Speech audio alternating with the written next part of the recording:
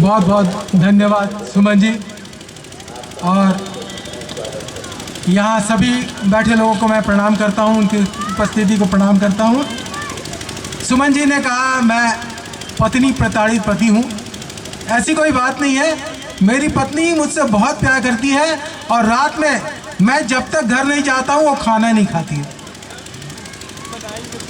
आप समझ रहे होंगे कि जाता हूँ, खाना बनाता हूँ, तभी वो खाती है। क्या आत्मस्वीकृति है मन से, वाह! तालियां एक बार इस बात पर। ये बहुत साहस की बात है, सब नहीं कर सकता। तो मैं अपनी बात शुरू करता हूं कि आजकल अभिव्यक्ति की आज़ादी के नाम पर देशद्रोहियों का साथ निभाया जाता है और खून से ज्यादा नमक तो कोलगेट पे पाया जाता है। वाह वाह वाह वाह, क्या बात है, क्या बात है। इससे कोई फर्क नहीं पड़ता कि वो हिंदू है या मुसलमान है। इससे कोई फर्क नहीं पड़ता कि वो हिंदू है या मुसलमान है। हाँ, इससे जरूर फर्क पड़ता है कि वो किस तरह का इंसान है।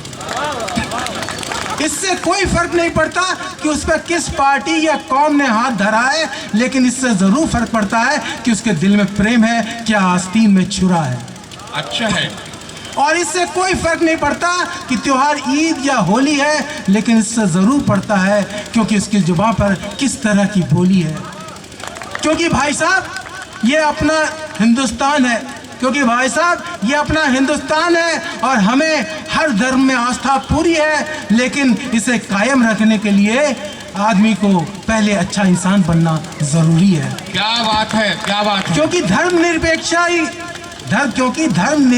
ही हमारे देश के माथे की बिंदिया है, और हम कितने भी मॉडर्न क्यों ना हो जाए, हमारी भावनाएं मेड इन इंडिया है। आहा, आहा, क्या बात है।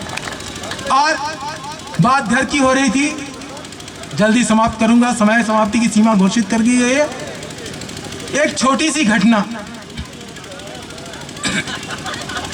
खाना भी बना। सही बात है। दफ्तर से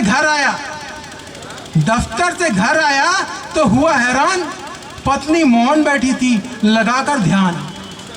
मैं सोच में पड़ गया कि इस अशांत घोषित क्षेत्र में शांति कैसे मन गई, और मेरी ये उमा भारती मनमोहन सिंह कैसे बन गई। अच्छा है जी, अच्छा है जी। खैर जो भी हो, मेरे मन मंदिर में तो बजने लगी मुरली। ऐसा लगा मानो ऊपर वाले ने मेरी सुन ली। लेकिन अभी ढंग से खुश भी नहीं हो पाया था भाई कि पत्नी ने पर्ची थमाई। लिखा था, ज्यादा खुश ना हो लालू, दांत दर्द के मारे सिर्फ जुबान बंद है, लेकिन बेलन अभी भी नॉन स्टॉप चालू। अच्छा है, अच्छा। इसीलिए ना करो तुम टाइम पास, और मुझे जल्दी से लेकर चलो किसी ढंग के डॉक्टर के पास।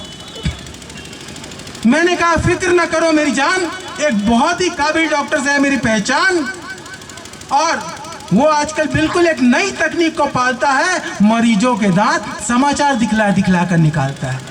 अच्छा है जी।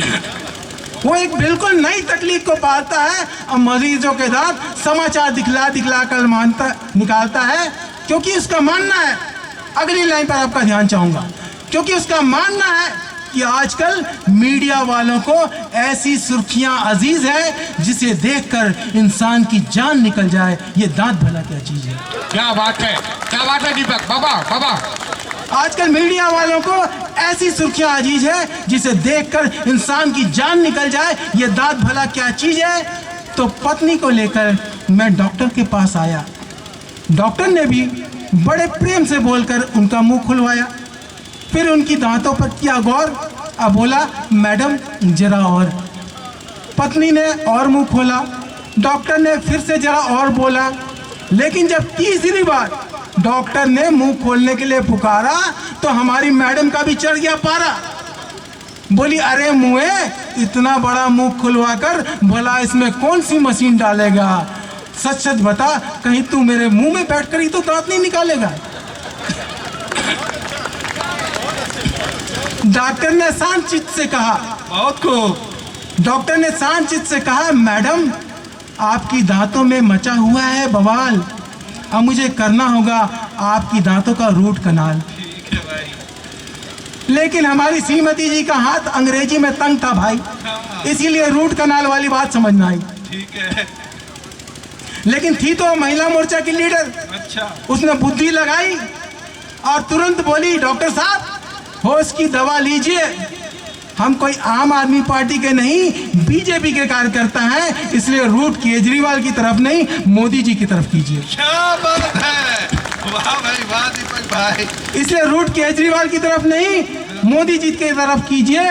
डॉक्टर घबराया, उसके माथे से पसीना चुचुआया, बोला मैडम ये केजरीवाल नहीं कनाल है, आपकी दांतों की सुरक्षा का सवाल है, इसलिए मुझे एक छोटा सा ऑपरेशन करना पड़ेगा और आपकी दांतों में सोना या चांदी भरना होगा।